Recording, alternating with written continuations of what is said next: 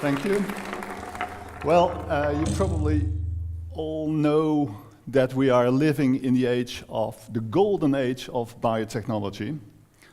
And biotechnology involves the manipulation of living beings with techniques such as genetic modification,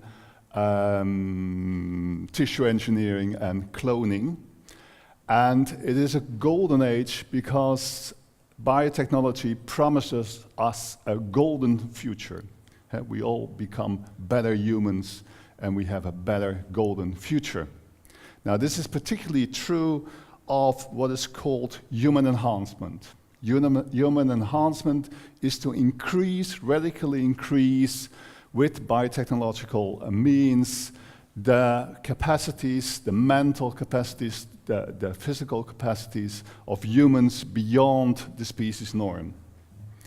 Now, as you can imagine, human enhancement generates all kinds of issues, questions, problems, and these become most evident if we look at how human enhancement, how biotechnology impacts on the right of children, especially on the right of a child to be as he or she is born with his own mental and physical capacities. Because biotechnology, human enhancement, promises us most of all a golden future with better children, far better children than we have now, with techniques as genetic screening, prenatal genetic screening, the modification of embryos for desired traits, or the selection of embryos for desired traits. And we are now able to modify the behavior of children with biotechnological means. Now, all these techniques kind of attack our traditional notion of childhood. It is also an attack on the human context of rearing children.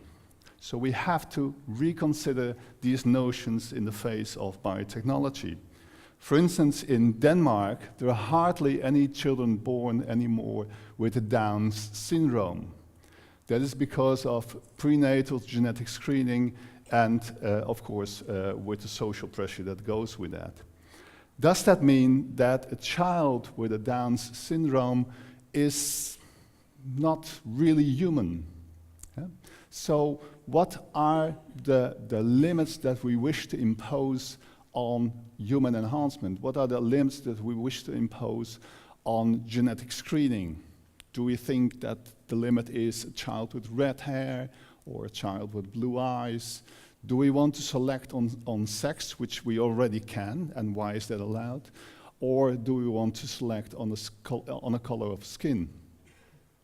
So my point is that human enhancement poses the question to us, what does it mean to be human? We have to have some understanding of what it does to mean human to come to conclude on the boundaries that of human enhancement. Now, this question is not only important in relation to biotechnology, but it's also important in relation to human rights. The concept of human dignity is at the basis of our human rights. As you can see in the EU and the UN charters of human rights, and also in the UN Convention Against Cloning, human dignity is the most important argument. But how can we decide upon what human dignity is if we have no real understanding of what it is to be human? So I think, and of course I understand the hesitation to come to a more or less fixed definition of the concept of human, of what it means to be human, because it seems that almost every definition in past and in present always automatically implied the exclusions of groups of people as not really human. And then we could deny them the basic rights of being human, the basic human rights. But I still think that we need to reconsider this question of what does it mean to be human. We have a kind of shared responsibility to come to a more inclusive understanding of being human, not only to face the challenges of biotechnology, but also to face the challenges of human rights. Now, I do think that because it's such an urgent problem, we need all the cultural resources at our disposal to come to some sort of understanding. And I think that art should be one of these resources that we have to turn to in order to come to some better understanding of what it means to be human.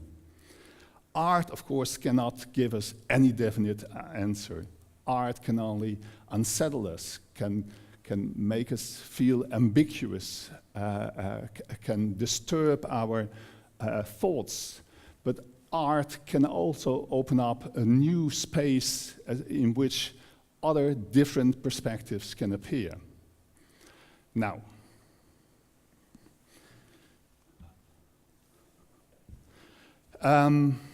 this is an artwork from the Australian sculptor Patricia Piccinini, and she makes sculptures in which humans and non-humans try to enter in a relationship or enter into a relationship.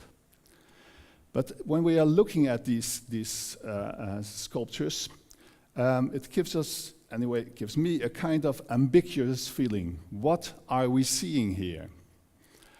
Is this an utopian future, or is this a dystopian future that she displays here?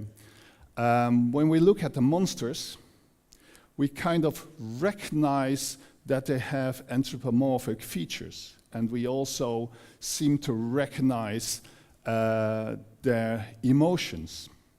And when we have a good look at the children, we also see that there is something weird about these children too. So probably we are looking at the monsters that we have created with biotechnology. And the artwork asks from us to enter into a relationship, to reconsider our attitude, our ethical attitude and responsibilities towards entities, human entities, non-human entities that we somehow created but that are different from us.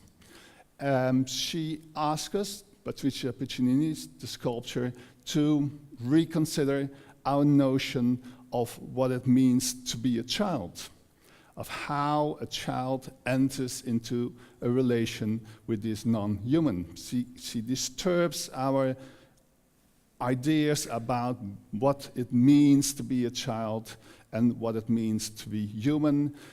She asks us how far our ideas of notions of being human are extended over other living animals, other living entities. Now, as I said, I think that biotechnology kind of forces us to reconsider what it is to be human. Biotechnology makes evident that we lack a good, inclusive understanding of what it means to be human. And I think it's such an important question that we need as many as different voices to answer that question. Now, art, I think, should be one of these voices, because art is a voice very different from law or from philosophy, because art addresses our senses, art addresses the imagination, art gives you a bodily experience, an embodied experience of what is happening here. Yeah?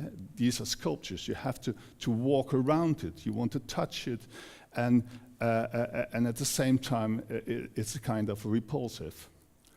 So my point is that if we seek for a better and more inclusive understanding of what it means to be human, we need art as one of these necessary voices in this debate. Thank you.